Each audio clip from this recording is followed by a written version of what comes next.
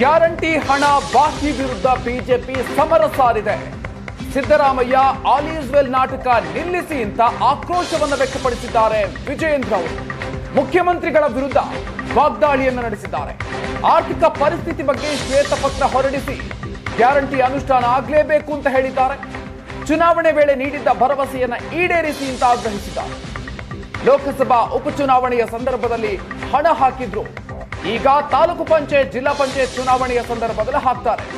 ರಾಜ್ಯದ ಜನರನ್ನ ಭಿಕ್ಷಕರು ಅಂತ ಅನ್ಕೊಂಡಿದ್ದೀರಾ ಅಂತ ಆಕ್ರೋಶವನ್ನ ವ್ಯಕ್ತಪಡಿಸಿದ್ದಾರೆ ವಿಜಯೇಂದ್ರ ಅವರು. ಸಿದ್ದರಾಮಯ್ಯ ಆಲ್ ಈಸ್ ವೆಲ್ ನಾಟಕವನ್ನ ನಿಲ್ಲಿಸಿ ಅಂತ ವಾಗ್ದಾಳಿಯನ್ನ ನಡೆಸಿದ್ದಾರೆ. ಮೆಟ್ರೋ ಫೇರ್ಸ್ ನೈದರ್ ಚೆನ್ನೈ ನಾರ್ ಡೆಲ್ಲಿ ನಾರ್ Mumbai, no states in the country have increased the metro fares, but Karnataka government is the only government which has proposed to increase metro fares by 50%, and it's been accepted by the fare fixation committee. It's very unfair. The financial situation of Karnataka is absolutely fine, nothing to worry. All is well anteli Siddaramಯ್ಯನವರು ಹೇಳ್ತಾರೆ. ಮತ್ತೊಂದು ಕಡೆ ಏನು ರಾಜ್ಯ ಸರ್ಕಾರ ಕೊಟ್ಟಿರ್ತಕ್ಕಂಥ ಭರವಸೆ ಗ್ಯಾರಂಟಿಗಳು ಏನು ಹೇಳಿದ್ರು ಸ್ವಾಮಿ ಸಿದ್ದರಾಮಯ್ಯನವರೇ?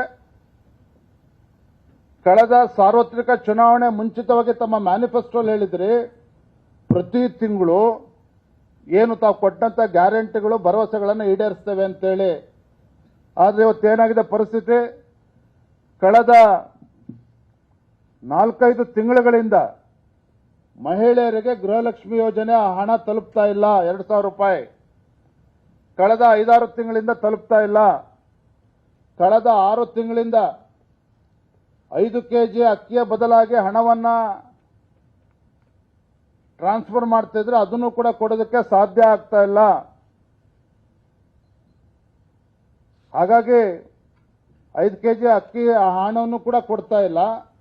ಮೊನ್ನೆ ಪ್ರಹ್ಲಾದ್ ಜೋಶಿ ಅವರು ಹೇಳಿದ್ದಾರೆ, ಕೇಂದ್ರದ ನಮ್ಮ ಸಚಿವರು ಏನು ಹೇಳಿದ್ದಾರೆ? ಪ್ರಹ್ಲಾದ್ ಜೋಶಿ ಅವರು ಕೇಂದ್ರ ಸರ್ಕಾರ ಅಕ್ಕಿಯನ್ನ ಕೆಜಿಗೆ ಕನಿಷ್ಠ ಬೆಲೆಗೆ 22 ರೂಪಾಯಿ 50 ಪೈಸಕ್ಕೆ ನಾವು ಕೊಡೋದಕ್ಕೆ ತಯಾರಿದ್ದೇವೆ. ಆದರೆ ರಾಜ್ಯ ಸರ್ಕಾರ ತಯಾರಿಲ್ಲ. ಕಾರಣ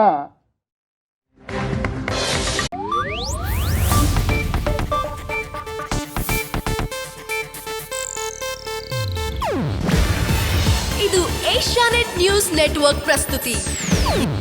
ನೀವು ನೋಡ್ತಿದ್ದೀರಾ ಏಷ್ಯಾನೆಟ್ ಸುವರ್ಣ ನ್ಯೂಸ್.